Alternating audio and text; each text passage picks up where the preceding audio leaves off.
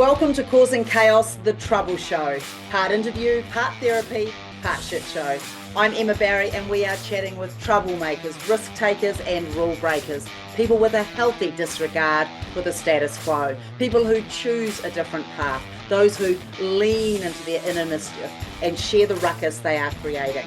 It is my great hope that we ask the risque questions, play some games, drop some inspo on the world and offer a masterclass in dialing up trouble for good.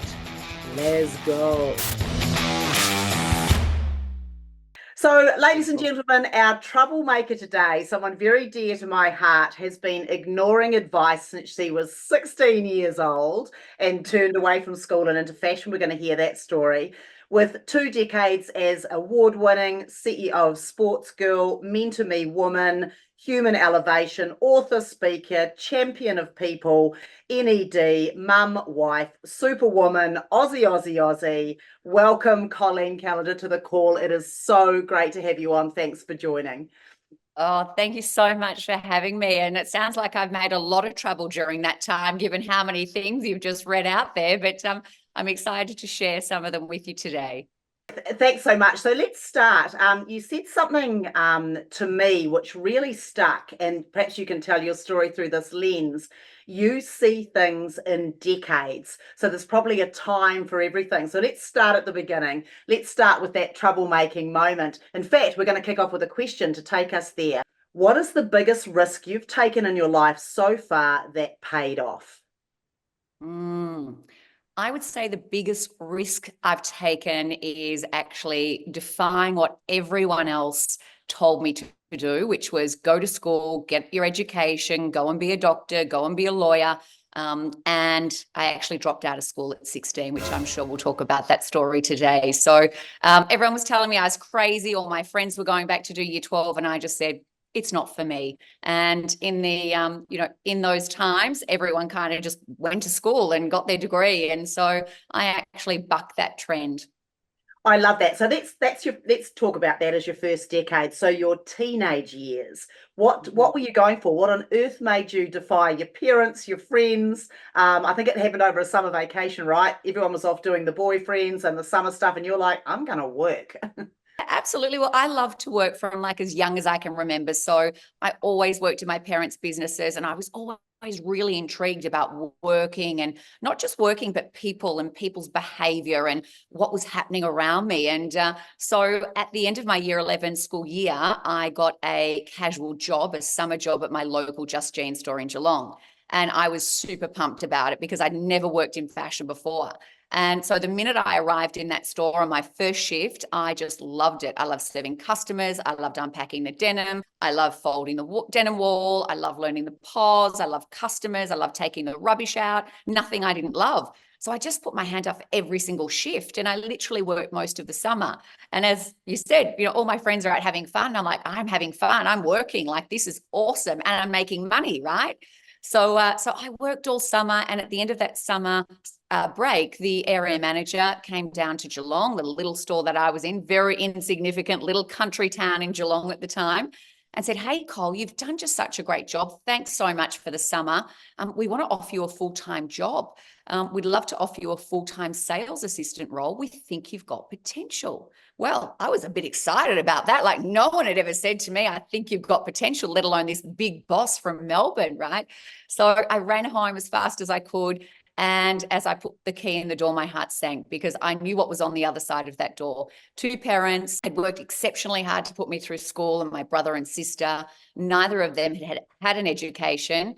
My father came out from Italy when he was only 4 years of age, really struggled with the language, went to work at 14 to support the family. And my mum was one of 12 children, and she had an alcoholic father, and her mother passed away when my mum was just 21. So she was raising younger siblings. So neither of them had this incredible education that we were given. And here I was telling them I was throwing that away. I was going to work in the world of retail. but don't you worry, I've got potential. And I remember, Emma, in that moment of conversation, I could see the look in their eyes and the words they said to me: work hard, love what you do, be passionate, and never give up. And that's pretty much been my focus for my entire life. So I entered the world of fashion. That's incredible. Now, you climbed that ladder super fast. Tell me the rungs that you took to get to CEO, I guess, in the end. Yeah, well, I mean, I took those codes of conduct that my parents said: work hard, love what you do, be passionate, never give up. And I literally applied it to everything that I did. And so at the age of 18, I was promoted to the youngest store manager in the company. At the age of 20, I was promoted to the youngest area manager, overseeing 16 stores.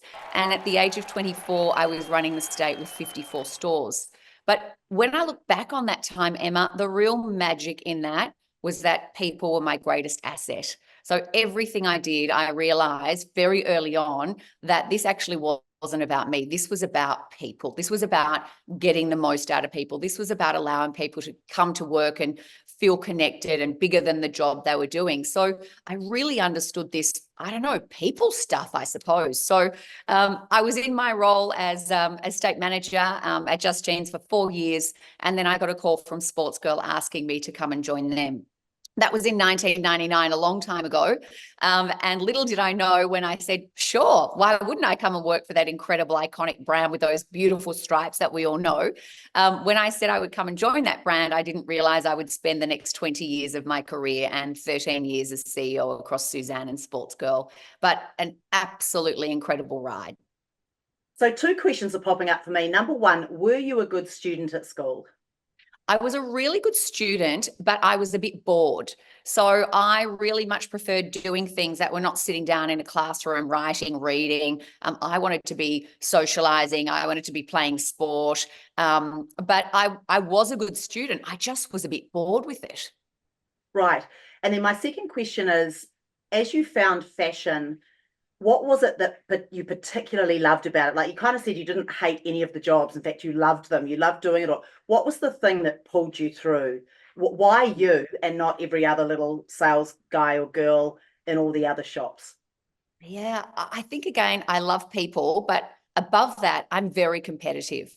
So I have a very competitive streak in me. So I wanted to make budget. I wanted to be the best salesperson. I wanted to win all of the competitions. I won all the competitions within the company. I was awarded store manager of the year at just 18 in the entire company. So you put a challenge in front of me and I am going to work until I actually get that challenge and tick that box. So I'm an A-type, overachieving, achievement junkie. So that actually served me really well in my younger years until it didn't in my later years when I hit burnout. Right, interesting. We'll pick up on that in a minute. One other thing, as you were talking about this, you mentioned people, and sales, as we know, is actually relationships. I'm sure you don't feel like you're selling anything. You're No. actually in it and matching up people's desires, with something that's going to meet that desire. I'm sure you see it like that. You mentioned that you've built this company and obviously you have a following, and all the books you've written and the podcast you've been on, all the things you've done really celebrate people. How is it that you've been able to develop people without the fear of them getting better than you or being territorial around that sort of, like, how have you managed that? It's a really great question, and I'm not sure anyone's ever asked me that. I think one of my values, Emma, is kindness. It's the way I live my life. It's the way I show up every day. And so for me, it wasn't about wearing competition. It was about being kind, giving people feedback, building relationships, pushing them beyond their comfort zone. For me, it was all about creating an environment where people really wanted to turn up to every day. And when you do that, the magic happens and the results come through. So for me, it was, yes, I was competitive, but it wasn't just about the results. It was about how do we create this incredible team where everyone celebrates together. And I'm such a big believer, if there is enough room in this world for everyone to celebrate, for everyone to have a voice, and for every person to shine. So I never looked at it in competition. Even today, I never look at my life in competition with anyone. The only person I'm ever in competition with is myself. So I never look outside and say, oh, gee, I want to be like that, or I want to be like that. I'm just every day showing up for me and trying to be a better human being and a better version of myself. I think it's a superpower for you because I think listening to your story, you've obviously got great work ethic. You're obviously competitive, but in a healthy way, which we don't always see. And you and I both lived through the 90s and we know what those were like. Very hierarchical, very inappropriate days that we would consider today. But, School of Hard Knocks, you kind of got in there and mixed it up and did it. I just realized I've skipped over one of my questions for you. How do you look at each decade when you look back through your life and then forward into your life? So teens for you was screw school, I'm actually going to go and get a real job. Talk me through those 20s, 30s, 40s, 50s and beyond. Yeah, well, I think my going into my 20s was go hard or go home. Like, work as hard as you can in your 20s. Like, do not stop, do not sleep, do not sit down. I also had my first child at 26. So I still had go hard and go home. So I was just like this machine, this Ferrari that never left the track. So for me, my 20s and even into my 30s, I would say was go hard or go home. Just work, work, work, work. And then at 36, I hit burnout. So that changed, which we'll touch on.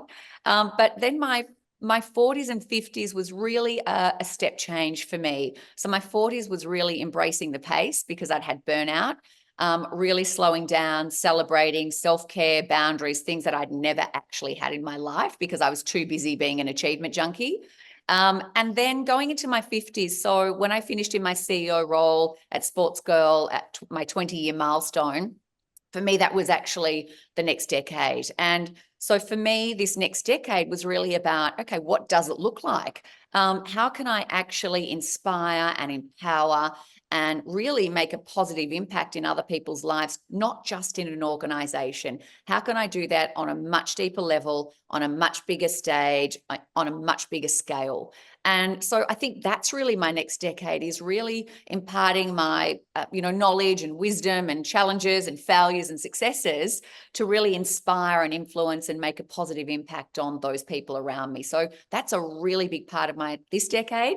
And not just, in the outside world. I have three beautiful children that are, 27, 25 and 19, and a husband. And so, I really want to make a positive impact and be a great role model for them as well in this next decade. Or actually, let's talk about burnout now. So was it the go hard or go home? Was it the family coming into the mix? Was it too long, too hard? Was it challenges? Was it all of that? When you look back, what created it? How did you get out of it? Was it necessary? And any advice you have for many people out there that are experiencing it also? Yeah, well, I think it all comes back to self, right? We can say, I'm burnt out because of all of these things, but at the end of the day, we create all of these things. So I blame burnout on me. No one told me to work those hours. No one put those challenges on my plate. No one told me I had to have 25 balls in the air. I did that to myself. So and I always say, even now to everyone, all roads lead back to self. Start there.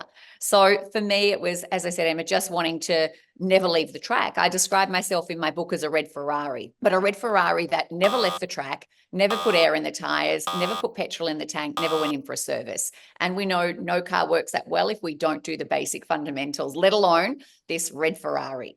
And so I literally felt like I'd hit a wall. And I went home this night and I said to my husband, I'm done. I'm not going back tomorrow. And he said, what?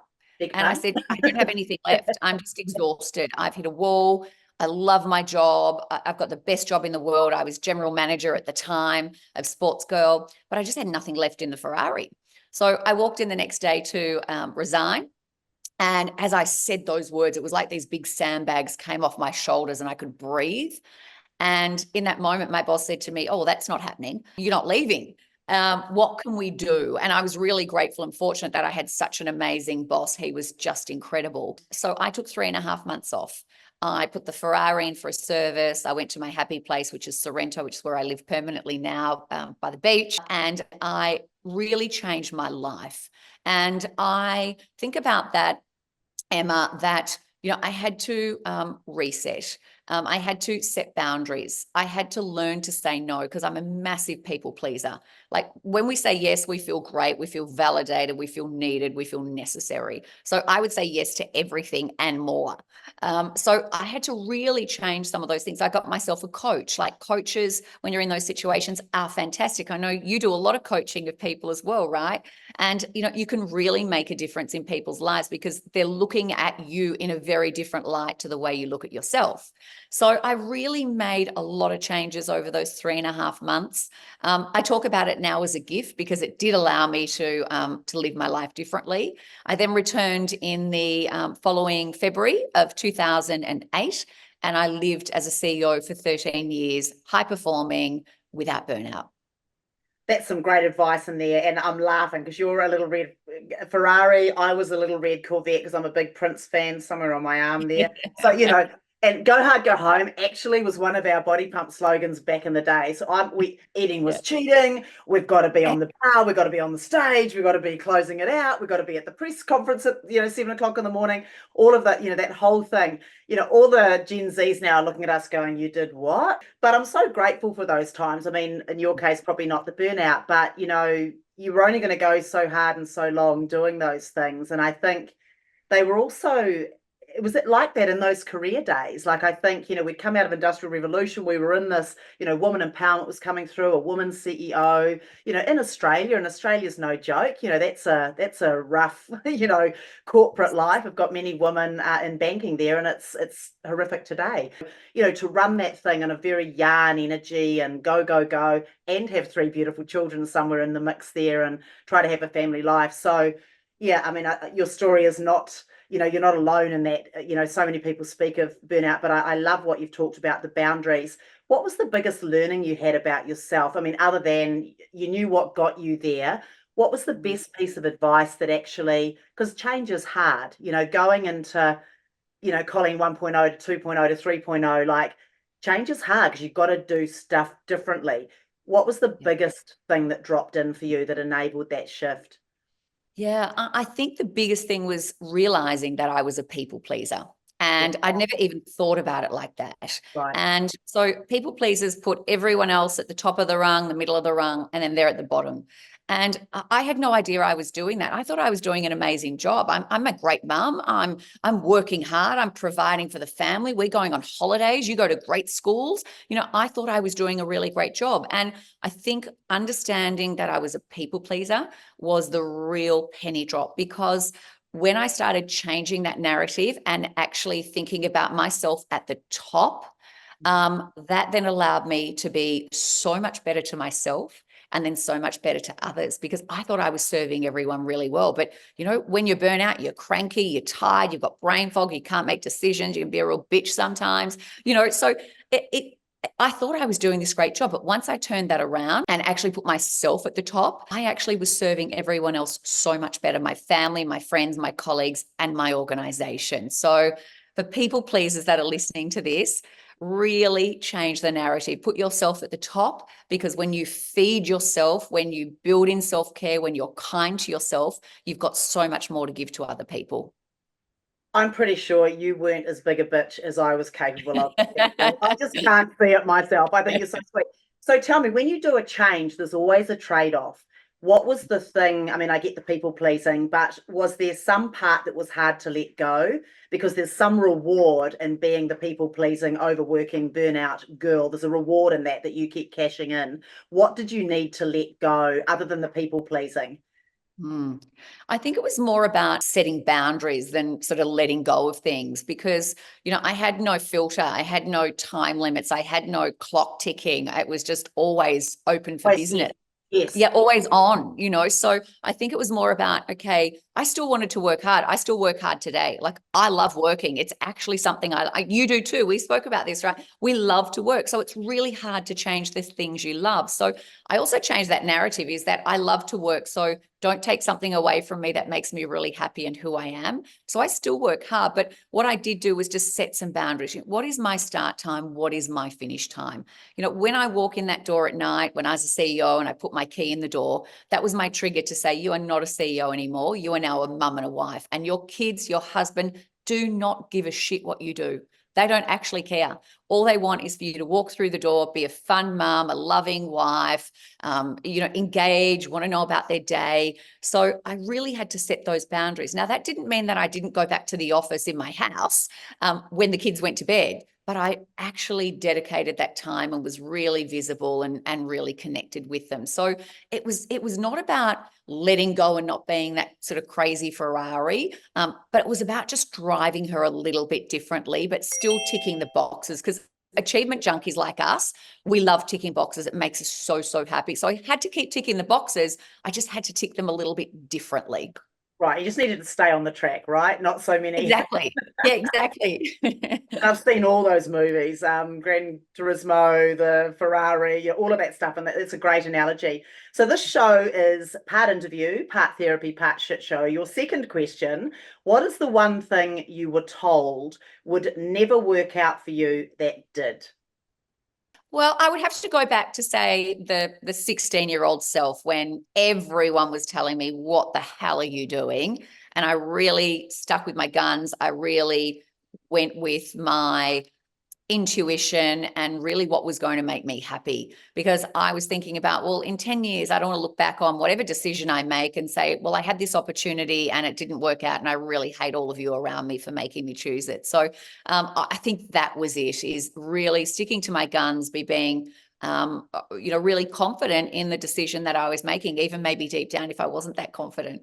Which is really interesting, because I look at all the 16-year-olds I know in the neighborhood here, and I think the odd one maybe knows themselves well enough to know what their path might be, but most of them haven't got a clue. So I think you're quite special like that. And I do meet, and it is often the entrepreneurs. I can think back to my school friends way back in high school, and I can remember, yeah, there was a couple, and you just knew they were always the ones that won the cookie competition, and they were always good at selling stuff and drafting up little ideas. And what if we all went around and washed the neighbors' houses? And like, they always had these crazy ideas. So I think probably you had that special sauce built in, because it sounds like you had quite an amount of confidence quite young, I should imagine, when I look at the absolute shit show out there and our poor teenagers going through it right now, especially post-pandemic. Let's talk a little bit about confidence, because I know you've written books, you do keynotes, you're absolute a heroine for the female leadership community as well. Talk to me about your thoughts on confidence. Do we come in with it? Do we build it? And how? Yeah, well, and I look back on that journey, and there were lots of times that I wasn't confident, and my inner critic was just going rampant in my head as well, like everyone. I think the first thing about that, Emma, is no one's born with confidence, and a lot of people say, "Oh gosh, they're so confident; they must have been born with it." It's actually not true. Confidence is something that we build as we go through life, experience new things, challenges, setbacks, success. So for me, it was really about just having a go. I talk about the willingness to try. I might not have been ready to take that step into an area manager's role, but I'm like, I'll have a go. I might not been ready to, go into the area manager's role. I, had just got my license. I didn't drive out of my postcode. I'll drive all over Victoria. I'll have a go. So I think it was more about just the willingness to try, because we're either going to fail, succeed, or somewhere in between. And it doesn't actually matter where we land, because we learn, we grow, we build competency, and we build confidence. So I think that was a really big one for me. But we all have this inner critic, and we still have it. We never escape it. And am I good enough? Can I do that podcast? Should I put my hand up for that promotion? Do they like me? And I think for women particularly, not just women, but inner critic is much more active in women than men, is to really start to change our story. Because when we change our story, we change our life. So instead of telling ourselves, I'm not worthy, I'm not good enough, let's tell ourselves, I'm actually just going to have a go, and it doesn't matter where I land, but I'm going to have a go and be proud of myself. Let's change the narrative, because when we do that, we really can change the outcome of our life. So where do you think that root cause comes from? Why do we have more voices going in our head, do you think, as women? And I'm not just being exclusive. I know that many people have those voices as well. But where do you think that comes from? When we all have our girly chit chats and stuff like that, it's so evident, isn't it? Where do you think that comes from? I think a lot of it comes from this sort of idea of perfectionism. Right. I think a lot of it comes from social media. That was probably one thing I didn't have when I was 16 going into that. I didn't have social media to actually influence me on anything. So I do think there's a lot of that. So I think we're trying to always live up to someone else's expectations. Don't live up to anyone else's expectations. Just live up to your own, because they will be good enough. You'll be good enough. So yeah, I think society paints a picture of what we should be or shouldn't be, or how we should show up and how we should behave. And I think that's a lot of where this inner critic starts to come in and really, play havoc with us. Yes, I would agree. And I do feel like things are changing. I think there's definitely a mix out there. Obviously, we're aware that a lot of people have not felt comfortable or supported or upheld. And, we really are trying to get more voices out there to represent the market. I've got another question for you. What law would you ban if you ruled the world? Gosh, I'd love to rule the world just for a little short period of time, not too long, maybe a few hours or a few days. Maybe not change the law, but one I would introduce is that we should absolutely not have any gender pay gap. We really shouldn't. If you do a job, get paid for that job, no matter what you are, who you are. If you're put in a position, then get paid to do what you've been asked to do. So I think that's a very big one for me. Something I'm very passionate about is, getting rid of that gender pay gap. Great. And you and I are on the same page. I'm kind of like, the job is the job, full Yes. stop. Like. Absolutely. I agree. And we've got to get better at those harder skills of negotiation and value brought and different perspective and all of those good things as well. Let's now switch to, so I want you to go on a bit of a shameless plugs on what you're up to. Where do we find you, and what are some of the interesting messages? You've written books, you do keynotes, you consult, you advise fashion companies and beyond. Where can we find you? Tell me about some shameless plugs, some work that you're really proud of. Oh, thank you. Well, you can find me at www.colleencallander.com.au. I think one of the things, so I do a lot of those things, as you said, Emma. I've written 2 books. I do a lot of business coaching and consultancy. I sit on some boards. I do a lot of keynote speaking. One of the things I'm probably most proud of is my Mentor Me Women program.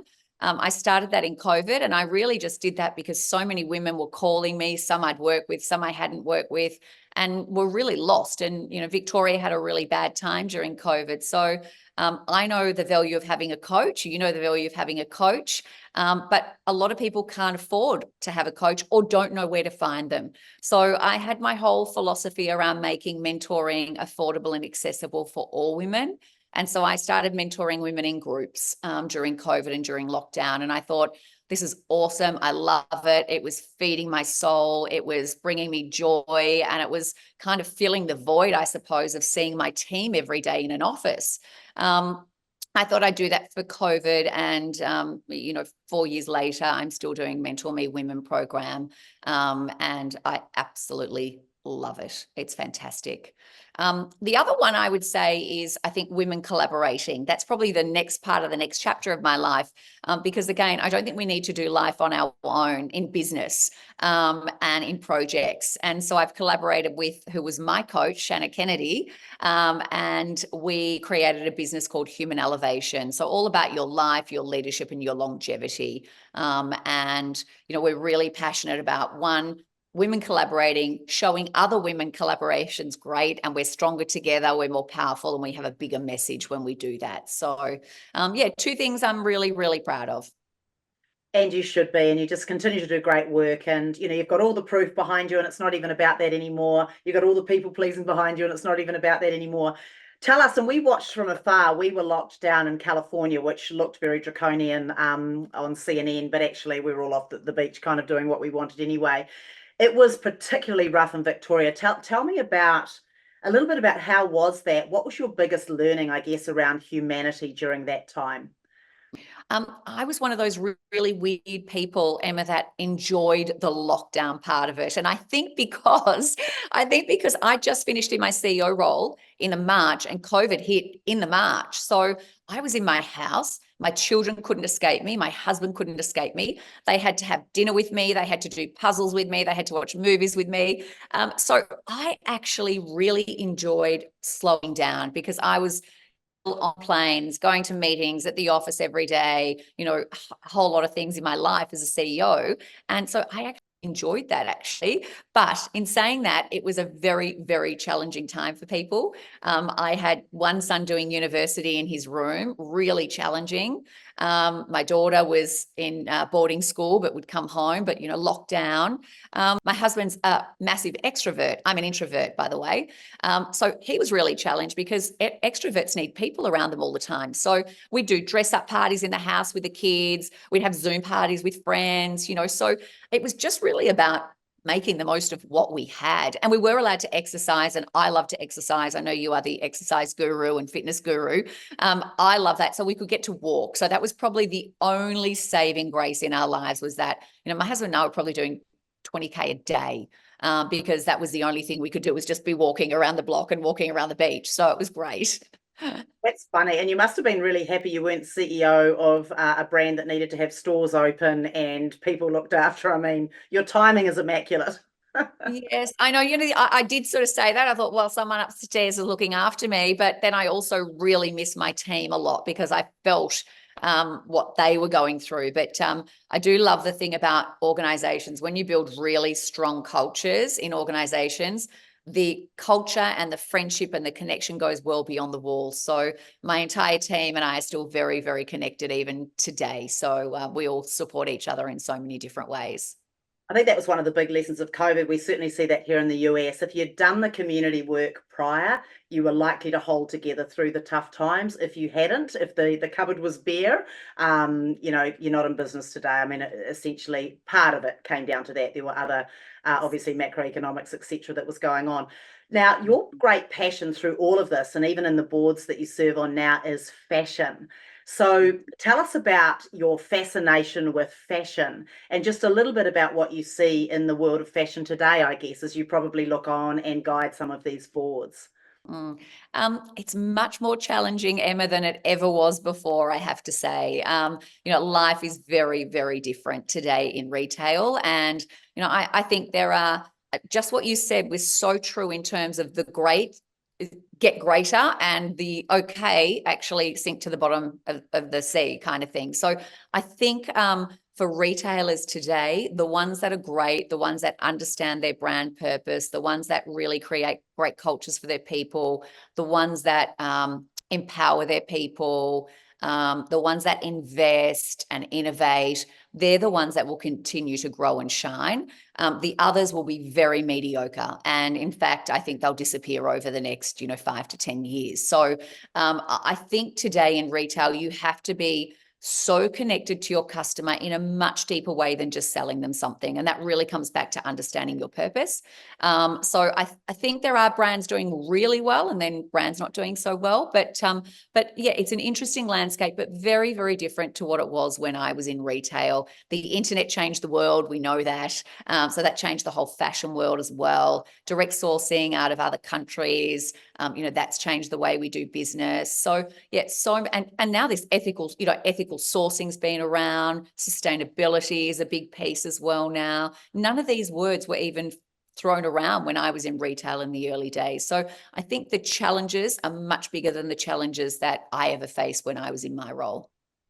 Yeah, great, beautifully answered. And then you and I both have an absolute passion for brand and values and those sorts of things.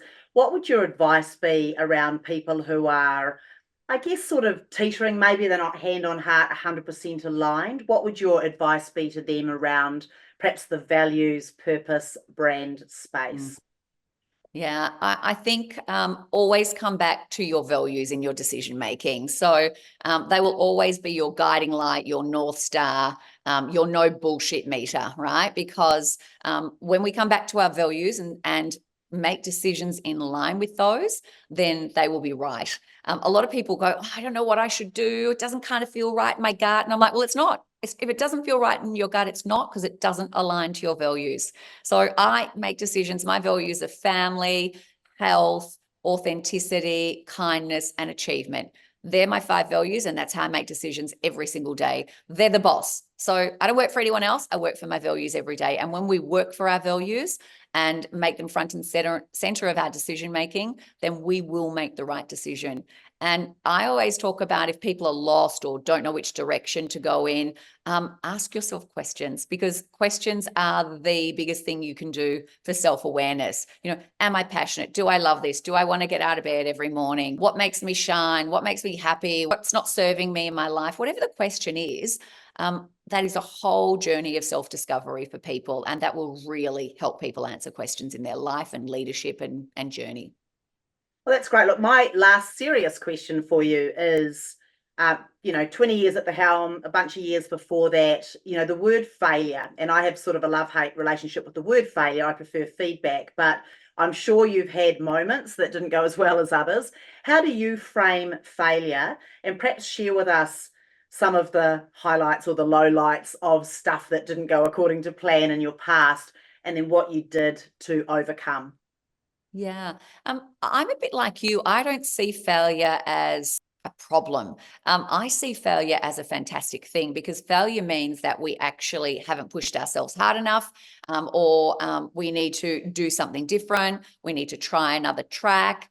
So I actually don't think failure is a bad thing at all. I think it allows us to grow as people. So I will always say to people, embrace failure. Learn from it, grow from it, and it actually makes us a better person. It builds resilience. There's been lots of things I've failed in: a marriage. I had burnout. Sometimes you think you're failing as a mother or a wife or whatever it might be.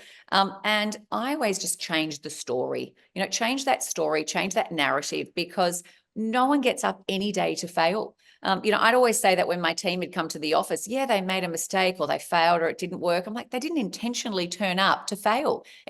That's how it worked out. So, let's try again, or let's learn from that failure. So yeah, I actually really, really embrace failing, because it allows us to evolve as people. Love it. Right. Quick fire round. 3 quick questions. If you had the choice, would you skinny dip in a public fountain or dance vigorously in a mall? Or definitely dance in a mall. Love it. Definitely. And I would do that. That would be fun. I would believe that too. Right. Would you rather eat the hottest chili on the planet or a live bug? Oh, I would have to go chili. Yeah. And my husband loves hot chili. He always does chili tasting at home. And everyone's like, oh. Oh, that's funny. So tap him out. Actually, funny story. My son and I, we were doing at a soccer thing, and we found the hottest buffalo wings ever in our life. Oh. To the point we almost burnt our lips off. So, and then we couldn't deal with it. Like we were just anyway. We finally calmed down. It took us like 15 minutes to calm down, and they were so good. We had to go in again. Like it was crazy. So I hear you on the chili. Really, really cool. Given the choice, the blue pill or the red pill? Ooh. I don't know the blue pill or the red pill. What is that? Matrix. Come on now. Oh, no, see, I'm not a Matrix fan. Not a Matrix fan. No, my husband and my boys love Matrix, but he's going to kill me that I didn't know that. Oh, that's funny. Okay, so blue pill is like business as usual, normal life, living within the channels and confines of, I guess, society's constructs. Red pill is holy shit, look out, but you're going to get a dose of reality, but it won't always be easy. Oh, gee, I think red pill is probably where the overachieving personality. Ferrari, the red Ferrari is going to go with the red. Yeah, I definitely think it's the red pill. Oh, that's great. And then my last question has actually come from a former guest on the show. Now, you've had a lifelong passion for fashion. If it hadn't been fashion, or what could your career have been? If you Oh, could do anything related to fashion. yeah, if it wasn't fashion, I probably would have ended up in criminology, law, barrister, solicitor, magistrate, something along those lines in, yeah, criminology. Oh, I love it. Look, this has been absolutely incredible. You have dropped so many nuggets, and I just can't wait for people to learn from you and through you. Do you have any last advice for our audience? So, you're a troublemaker, you've done things that people told you couldn't, you've always lived up to your own standards, you're never done. But I think what I'm feeling now is that you're more measured in how you approach the world so that you can be of more service to yourself first and therefore to others. So, any final words of wisdom? Yeah, I would say to all of your listeners that in life, people will tell you, you can't do it, you're not good enough. Someone's done it before you. You're not ready. And I'm going to tell you to tell them to go to hell. I'm going to tell you to tell them that you can do it. You are ready. You can take those steps. You can step out of your comfort zone. Don't listen to people that tell you you can't, because you can do and be anything in life that you want to be. And my last words are, you are all amazing. Mic drop moment. You are amazing. Thank you so much for being a guest, and can't wait for you all to share in these great insights. Thank you so much. Amazing. One more thing. Do you have a question for a future guest? Okay. So I would ask the future guests, what would you tell your 18-year-old self to build confidence and resilience to really take them into that next decade of their life? Your 18-year-old self, what advice would you give them? Love it. I hope you took a trouble tip from this episode. If so, ring the bell, like it, follow it, and share it. But most importantly, put the lessons into action in your life, in what you do. Remember, you are the beacon of hope. You are somebody's hero. So ignite that spark within, fly in the face of normality. Put your spin on things, follow the call of the disco ball, and solve new problems. I love you. Now go stir up some trouble.